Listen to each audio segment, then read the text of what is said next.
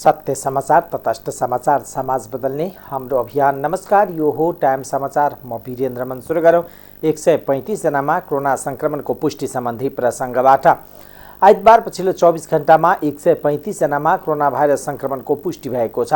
PCR र antigen गरी 3041 जनाको नमुना परीक्षण गर्दा 135 जनामा संक्रमणको पुष्टि भएको स्वास्थ्य तथा जनसङ्ख्या मन्त्रालयले जनाएको छ।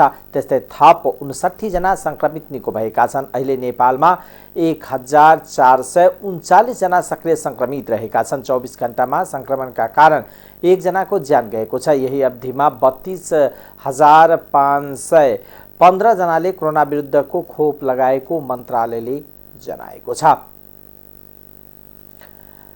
एक हप्ता यता देशभर गर्मी बढ्दो क्रममा रहेको छ। राम्ररी हावा नचल्दा र पानी नपरेकोले गर्मी बढेको हो। पानी पर्ने न्यून चापिए रेखा नेपालबाट टाढा रहेकोले एक हप्ता यता देशभर गर्मी बढ्दा नागरिकको जनजीवन प्रभावित भएको छ। तराई क्षेत्रको जनजीवन गर्मीले अझ अस्तव्यस्त भएको छ।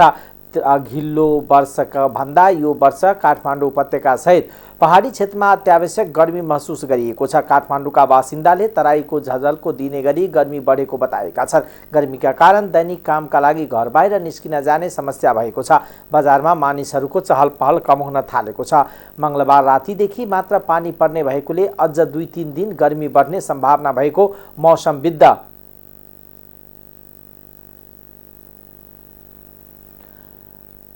हीरा भट्टराईले जानकारी दिनुभयो। उहाँका अनुसार केही दिन यता बाहिरबाट कुनै पनि मौसम प्रणाली नआए स्थानीय बादल पनि राम्रोसँग विकसित नभएकोले गर्मी बढेको हो। केही दिन यता बिहानदेखि दिनभर चर्को घाम लाग्दा धेरै समस्या भएको छ। गर्मीका कारण बालबालिका र वृद्धवृद्धा धेरै समस्यामा परेका छन्। तराईका कतिपय जिल्लामा गर्मीका कारण झाडा पखाला, घमौरा र अन्य छाला सम्बन्धी समस्याका बिरामी बढ्न थालेको डाक्टरहरूले बताएका छन्।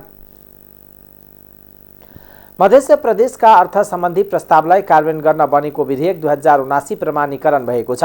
प्रदेश प्रमुख हरिशंकर मिश्रले प्रदेश सभाबाट पारित प्रदेश सरकारको अर्थ सम्बन्धी प्रस्तावलाई कार्यान्वयन गर्न बनेको विधेयक 2079 लाई प्रमाणीकरण गरेका हुन्। उनले शनिबार सो विधेयक प्रमाणीकरण गरेको प्रदेश प्रमुखको कार्यालयले जनाएको छ। प्रदेश सभाको बैठकले गत असार 26 गते उक्त विधेयक पारित गरी प्रमाणीकरणका लागि प्रदेश प्रमुखको कार्यालयमा पठाएको थियो। भ्रष्टाचार न्यूनीकरण एवं सुशासन प्रवर्धनका लागि मध्य प्रदेशद्वारा स्थापना गरिएको जनलोकपाल आयोग आफै भ्रष्टाचार उन्मुख रहेको खुलासा भएको छ। जनलोकपाल आयोगका अध्यक्ष राम सहाय यादव र प्रमुख प्रशासकीय अधिकृत दानीकान्त झा लगायत लेखा अधिकृत जितेन्द्र यादवको मिलोमतोमा जनलोकपाल आयोगको गाडी खरिदमा प्रक्रियामा विपरीत अध्यक्ष राम सहाय यादव र प्रमुख प्रशासकीय अधिकृत दानीकान्त झाका लागि 2वटा गाडी खरिद गरी अनियमितता गरेको छ। अध्यक्ष राम सहाय यादवको निर्देशनमा गाडी खरिद गर्नु अगाडि नै गाडीको रकम भुक्तानी गरी आयोगका प्रमुख प्रशासकीय अधिकृत दानीकान्त झा र लेखा अधिकृत जितेन्द्र यादवले नेपाल सरकारको नीति नियम मिची आर्थिक चलखेलको आधारमा भुक्तानी गरेको छ। आयोगका पदाधिकारीहरू तथा आयोगका काम कारबाहीमा सहजता ल्याउन 4 थान गाडी खरिद गर्न 2079-26 मा जनकपुर टुडे दैनिक पत्रिकामा प्रकाशित सूचना अनुसार अन्तिम मितिसम्म पर्न आएको टेन्डरहरूको मूल्याङ्कन दानीकान्त झाको संयोजकत्वमा रहेको मूल्याङ्कन समितिले 2079-316 मा मूल्याङ्कन गरी खरिद गर्न छनौटमा परेका बोलपत्रदाताहरूलाई सिफारिस गरिए अनुसार 2079-317 गतेको जनकपुर टुडे पत्रिकामा 7 दिने आशय पत्र समेत प्रकाशन गरिएको देखिन्छ।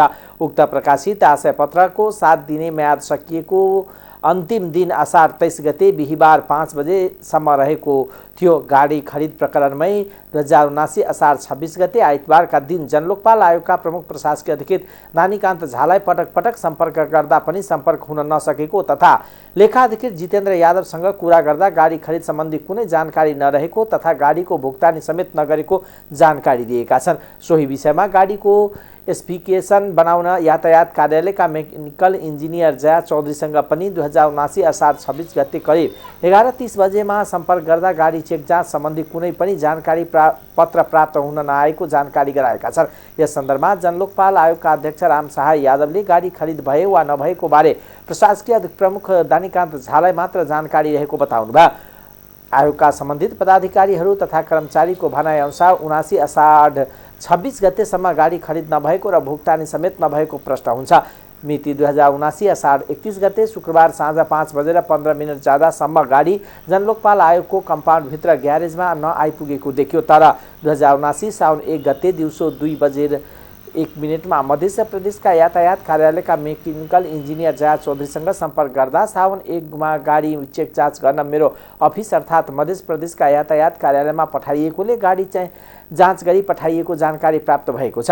गाडी खरिद सम्बन्धी उपलब्ध विवरणको आधारमा गाडी खरिद गर्नु गाडी अगाडि नै अर्थात् गाडी चेक जाँच नै नगरी गाडीको रकम भुक्तानी गरेको प्रश्न देखिन्छ। जबकि भुक्तानीका लागि 79 असाढ 25 गते राति 12 बजेपछि भुक्तानी नहुने गरी सफ्टवेयर बन्द भएको सर्वविदित छ। रहस्यमय र अनियमित कार्य गर्न जनलोकपाल आयोग अग्रस्थानमा रहेको प्रमाणित भएको देखिन्छ। मध्य प्रदेश सरकारले गठन गरेको जनलोकपाल उद्देश्य विपरीत काम गरेको र प्रदेश सरकारका मुख्यमन्त्री लगायतका प्रमुख सचिव समेत गाडी खरिद प्रकरणको बारेमा जानकारी हुँदाहुँदै पनि आयोगप्रति सरकार नियन्त्रण एवं निर्देशन नहुनु दुःखद रहेको छ।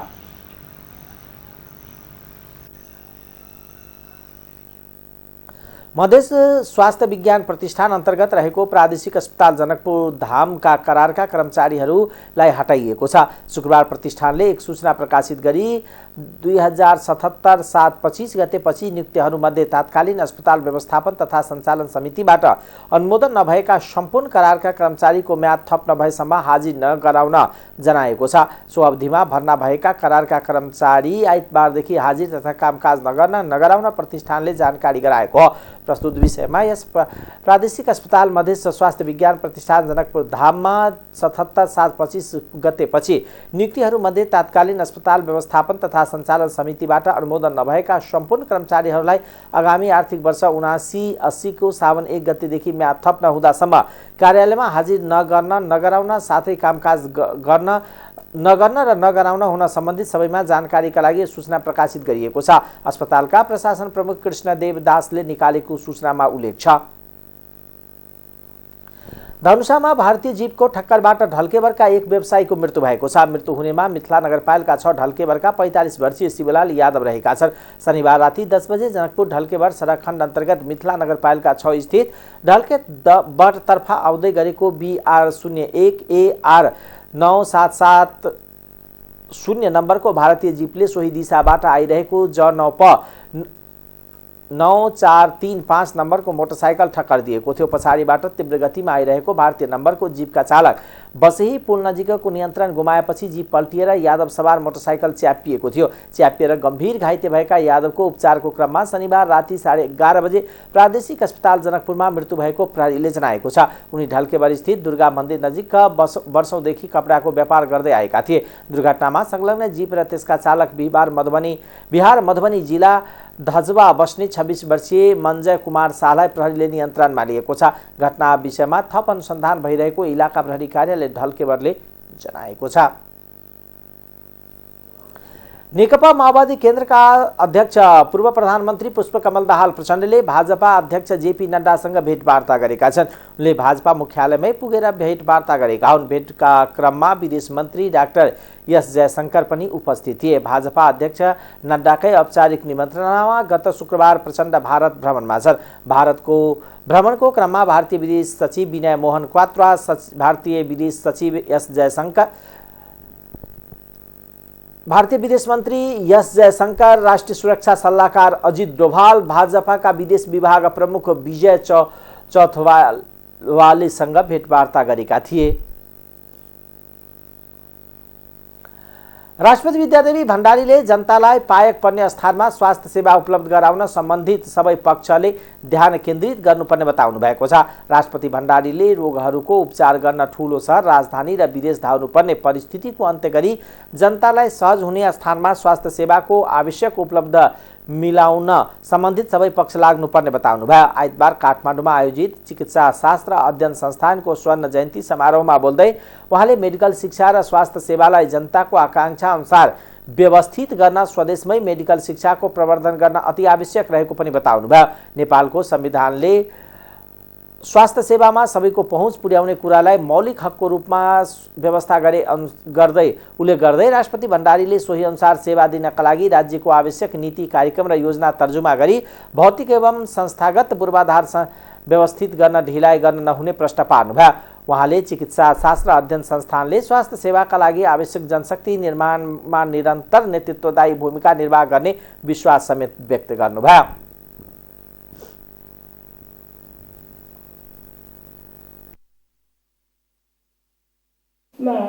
मुलुकलाई आवश्यक पर्ने दक्ष जनशक्ति उत्पादनमा यस संस्थानको विशिष्ट भूमिका रहेको छ।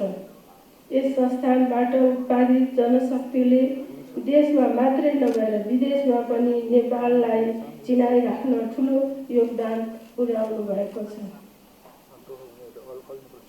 यस संस्थानका जनशक्तिको आवधिक प्रक्षेपणको आधारमा विशेषज्ञ डाक्टर, नर्स लगायत स्वास्थ्य प्राविधिकहरूको उत्पादनका लागि राज्यद्वारा आवश्यक नीति, कार्यक्रम र योजना तर्जुमा गर्दै भौतिक एवं संस्थागत पूर्वाधारको व्यवस्था गरिनु पर्दछ। यो अपेक्षित छ। मुलुकमा मेडिकल शिक्षाको विस्तारका बारेमा चर्चा गर्दा हामीले सबै प्रदेश, भूगोल र क्षेत्रहरूमा शिक्षा र सेवाको अवसरलाई विकेन्द्रित गर्नु अति आवश्यक छ। रोगहरूको उपचार गर्न ठुला सहर, राजधानी र विदेश धाउनु पर्ने परिस्थितिको अन्त्य गरी जनतालाई पाएक पर्ने स्थानमै आधारभूत तथा विशेषज्ञ स्वास्थ्य सेवा सहज बनाउन हाम्रो ध्यान केन्द्रित हुनु पर्दछ। यात्रा जारी गरिरहेको छ। यसका लागि यस अध्ययन संस्थानले अवलम्बन गर्दै आएको अध्यापन परम्पराको समेत म सराहना गर्न चाहन्छु। सो अवसरमा राष्ट्रपति भण्डारीले विशिष्टकृत स्वास्थ्य सेवाका लागि चिकित्सा शिक्षा अध्ययन संस्थानको प्रयास, तयारी र योजनाको खुलेर प्रशंसा समेत गर्नुभयो।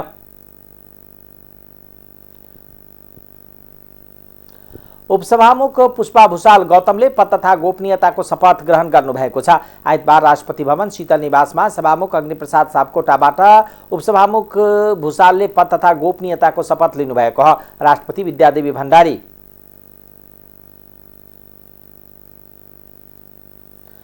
को उपस्थितिमा सभामुख सापकोटाले प्रतिनिधि सभाका नवनिर्वाचित उपसभामुख गौतमलाई प्रतिनिधि सभा नियमावली 2075 को नियम 9 बमोजिम पद तथा गोपनीयताको शपथ ग्रहण गराउनु भएको हो। शपथ ग्रहण समारोहमा राष्ट्रपति भण्डारी, उपराष्ट्रपति नन्दबहादुर पुन, प्रधानमन्त्री शेरबहादुर देउबा, राष्ट्रिय सभाका अध्यक्ष गणेश प्रसाद तिमल सिन्हा लगायत संवैधानिक निकायका प्रमुखको उपस्थिति थियो। त्यसैगरी उहाँले आफ्नो पदभार समेत ग्रहण गर्नुभएको छ। पदभार ग्रहण गर्दै भुसालले संसदलाई गतिशील बनाउन आफूले भूमिका खेल्ने बताउनुभयो।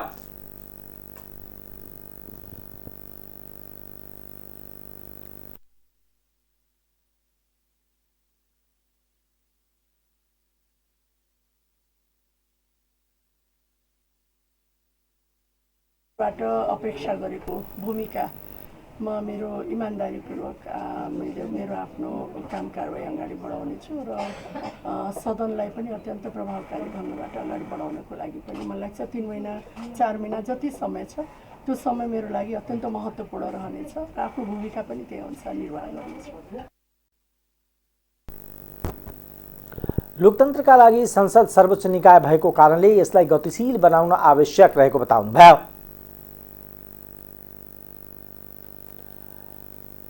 सरकारले पेट्रोलियम पदार्थमा पूर्वाधार कर बापत मूल्य समायोजन भएको रकम 59 करोड 86,80,000 रुपियाँ अनुदान स्वरूप उद्योग वाणिज्य आपूर्ति मन्त्रालय मार्फत नेपाल आयल निगमलाई उपलब्ध गराउने भएको छ।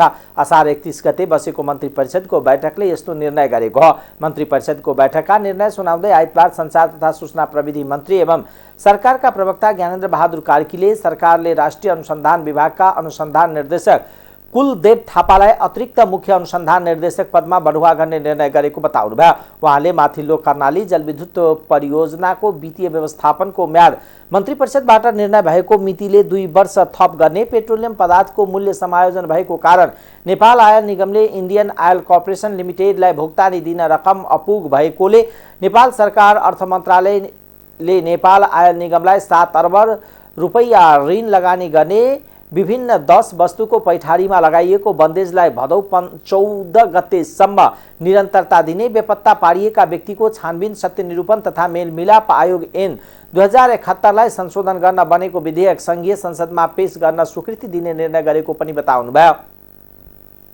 स्थापनको म्याद मन्त्री परिषदबाट निर्णय भएको मितिले 2 वर्ष थप गर्ने, पेट्रोलियम पदार्थमा पूर्वाधार कर बापत मूल्य समायोजन भएको रकम 59 करोड 86 लाख 80 हजार रुपियाँ अनुदान स्वरूप उद्योग वाणिज्य तथा आपूर्ति मन्त्रालय मार्फत नेपाल आयल निगमलाई उपलब्ध गराउने, पेट्रोलियम पदार्थको मूल्य समायोजन भएको कारण नेपाल आयल निगमले इन्डियन आयल कर्पोरेसन लिमिटेडलाई भुक्तानी दिन रकम अपुग भएकोले नेपाल सरकार अर्थ मन्त्रालयले नेपाल आयल निगमलाई 7 अरब रुपियाँ ऋण लगानी गर्ने, विभिन्न 10 वस्तुको पैठारीमा लगाइएको बन्देजलाई भदौ 14 गतेसम्म निरन्तरता दिने, बेपत्ता पारिएका व्यक्तिको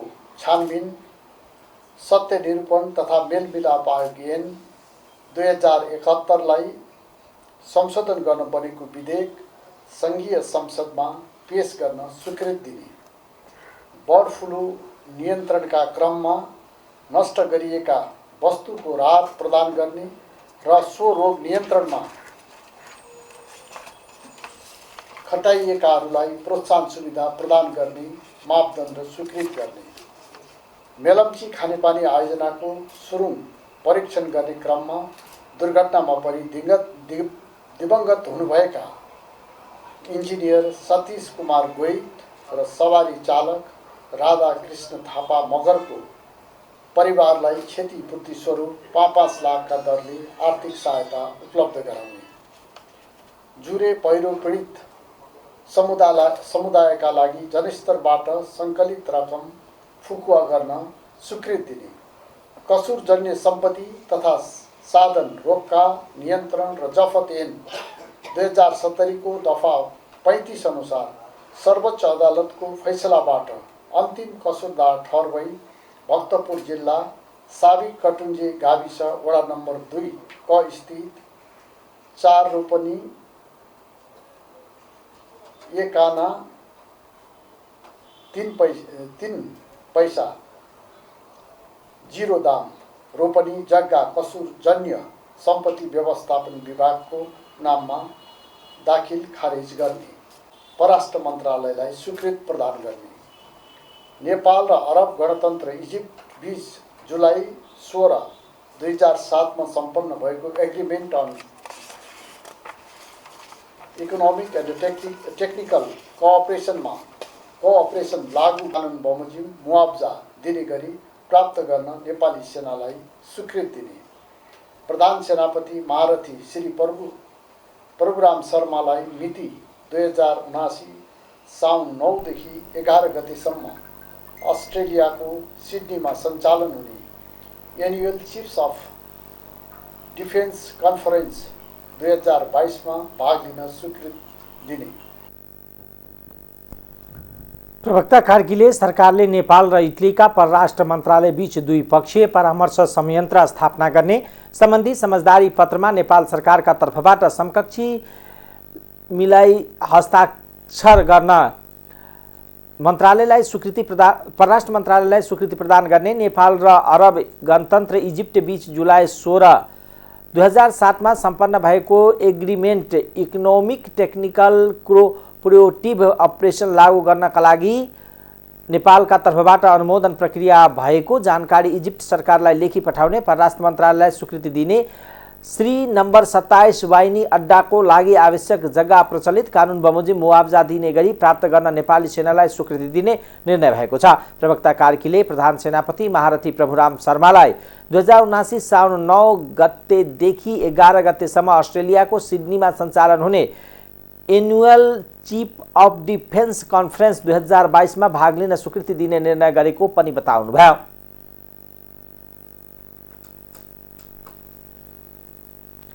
सर्वोच्च अदालतले सरकारी कर्मचारी सुरक्षाकर्मी र कैदी बन्दीलाई पनि प्रतिनिधि सभा र प्रदेश सभा निर्वाचनमा मतदान गर्न पाउने व्यवस्था गर्न आदेश दिएको छ। न्यायाधीश विशम्बर प्रसाद श्रेष्ठको एकल इजलासले सरकारी कर्मचारी सुरक्षाकर्मी कैदी बन्दी आदिको अस्थायी मतदाता नामावली निर्माण गरी प्रतिनिधि सभा र प्रदेश सभा निर्वाचनमा समानुपातिक तर्फ मतदान गर्न पाउने व्यवस्था गर्न अन्तरिम आदेश दिएको हो। निशान्त पोखरेल समितिले दायर गरेको रिटमा सुनवाई गर्दै न्यायाधीश श्रेष्ठले इजलासले निर्वाचन आयोगलाई मतदाता नामावली ऐन 2073 को दफा 31 र 2 को अस्थायी मतदाता नामावलीको व्यवस्था कार्यान्वयन गर्न र अस्थायी मतदाता नामावली सङ्कलन गरी मतदानको अधिकार दिन आदेश दिएको हो। मतदाता नामावली ऐनको दफा 31 मा प्रतिनिधि सभा र प्रदेश सभाको निर्वाचनमा समानुपातिक निर्वाचन प्रणालीका लागि आयोगले छुट्टै अस्थायी मतदाता नामावली तयार गराउन सक्ने व्यवस्था छ। अस्थायी मतदाता नामावलीमा नेपाल सरकार, प्रदेश सरकार, स्थानीय तहमा कार्यरत कर्मचारी, नेपाली सेना, नेपाल प्रहरी, सशस्त्र प्रहरी, कारागारमा रहेका थुनुवा र कैदी, निर्वाचन कार्यमा खटिएका कर्मचारी र सुरक्षाकर्मी, वृद्धाश्रममा रहेका व्यक्ति र आयोगले तोकेको अन्य व्यक्ति रहने व्यवस्था छ। नेपाल राष्ट्र बैंकका गभर्नर महाप्रसाद अधिकारीको राजीनामा माग गर्दै राष्ट्र बैंक घेराउ गर्न पुगेका सत्तारूढ दल माओवादी केन्द्रका विद्यार्थी संगठन अखिल क्रान्तिकारीका विद्यार्थीहरूलाई प्रहरीले पक्राउ गरेको छ।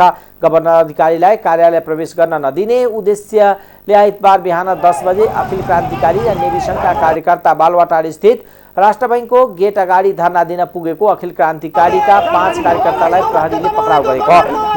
निषेधित क्षेत्रमा नाराबाजी गरेपछि प्रहरीले उनीहरूलाई पक्राउ गरेको। घेराउ र प्रदर्शनका क्रममा प्रहरी र विद्यार्थी कार्यकर्ता बीच केही बेर धकेल समेत भएको थियो। त्यसपछि राष्ट्र बैंकका अगाडि प्रहरीको बाक्लो तैनाती गरिएको थियो।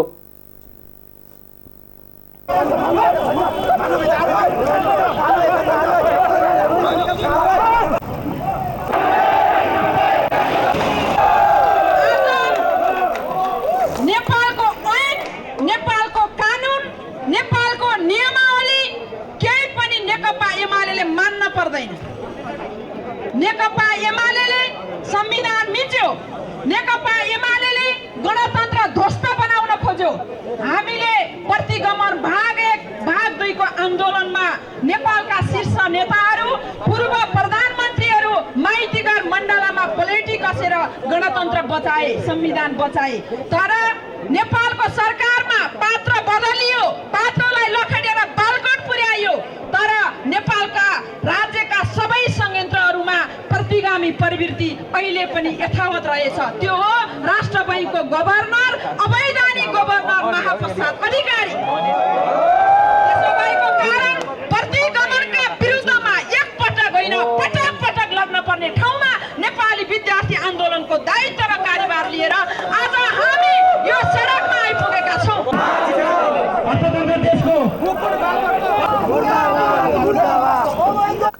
नेकपा एमालेका अर्थ तथा योजना विभागमा गभर्नर अधिकारी पनि सदस्य रहेको आरोप पछि सत्तारूढ दलहरूले गभर्नर अधिकारीले पदत्याग गर्नुपर्ने उनीहरूको माग रहेको छ। अब आर्थिक समाचार।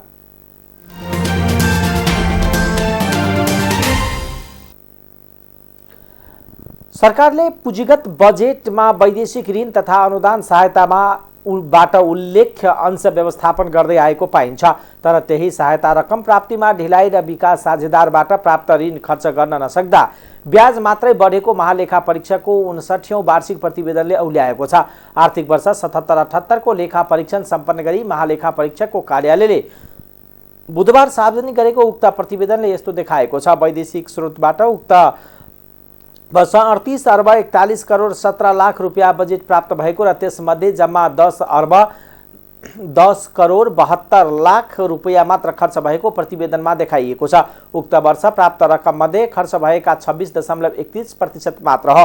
बाँकी उपभोग नगरी ऋण रकम समेत ब्याज तिर्नुपर्ने अवस्था छ प्रतिवेदनमा भनिएको छ। अत प्राप्त वैदेशिक स्रोतको उपयोग क्षमता बढाउनु पर्दछ। यो वैदेशिक सहायता भने भौतिक पूर्वाधार तथा यातायात मन्त्रालय, सडक विभाग र यसका माथतका निकायमा रहेको सडक रेल पूर्वाधार को मात्र हो। मन्त्रालयले पनि प्राप्त वैदेशिक सहायतामा रकम प्रवाह गरेपछि मात्र ब्याज लाग्ने भए पनि कतिपय अवस्थामा रकम प्रवाह नै रकम प्रवाह नगर्ने तर होल्ड गरेर राख्दा भने सर्भिस चार्ज बढ्ने गरेको प्रतिवेदनमा उल्लेख छ। प्राप्त रकम पनि समयमा खर्च नहुँदा थप दायित्व सृजना भएको मन्त्रालयले औल्याएको छ। प्राप्त वैदेशिक सहायताको उपभोग्य बढाउन महालेखा परीक्षकले सुझाव दिँदै गर्दा सडक विभागका महानिर्देशक अर्जुन जंग थापाले भने दात्री निकायसँग ऋण सम्झौता हुँदा नै त्यसलाई कार्यान्वयन गर्ने गरी समयतालिका बनाइने बताउनुभयो। जस्तो नागढुङ्गा टेनेल 42 महिनामा सम्पन्न गर्ने गरी सम्झौता हुँदा पनि प्रत्येक वर्ष कति खर्च गर्ने भन्ने प्रक्षेपण गरिएको हुन्छ थापाले भन्नुभयो। तर अर्थ मन्त्रालयले प्रक्षेपण गरिएको खर्चभन्दा बढी रकम विनियोजन गरिदिएको हुन्छ। यस्तो यो वर्ष 5 अर्ब रुपैयाँ चाहिने भनिए पनि अर्थले 10 अर्ब रुपैयाँ राखिदिएको हुन्छ। यसले किताबमा ठूलो अंश देखिने तर कार्यस्थलमा खर्च नहुने जस्ता कारणले भ्रम सृजना भएको बताउनुभयो। अन्तर्राष्ट्रिय समाचार।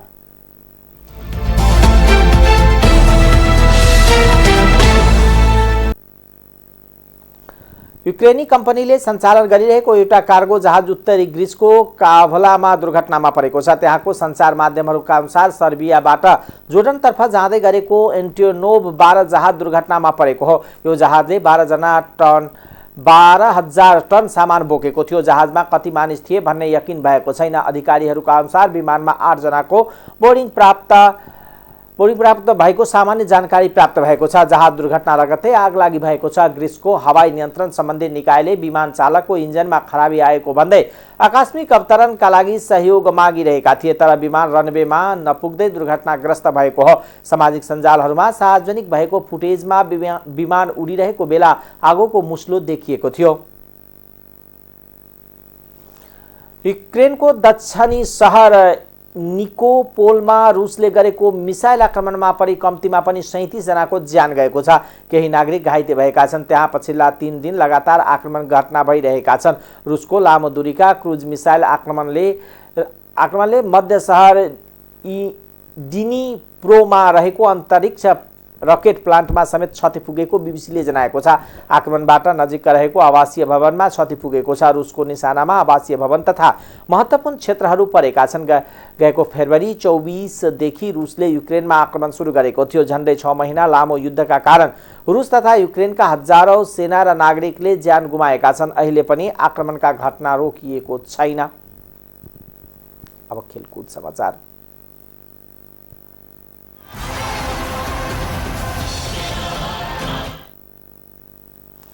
आईसीसी विश्वकप लीग 2 अन्तर्गत त्रिदेशीय एक दिवसीय श्रृङ्खला अन्तर्गत स्कटल्यान्डसँगको खेलमा नेपालले टस हारेर ब्याटिङको निम्तो पाएको छ। स्कटल्यान्डको ग्लास्गोमा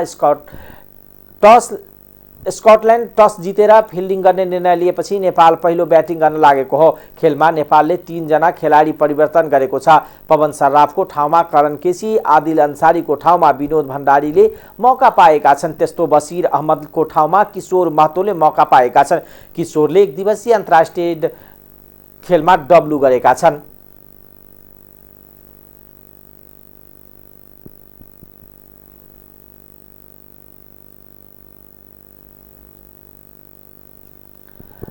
टाइम्स समाचार अहिलेको लागि यति नै। हेर्दै गर्नुहोला टाइम्स टेलिभिजन। नमस्कार।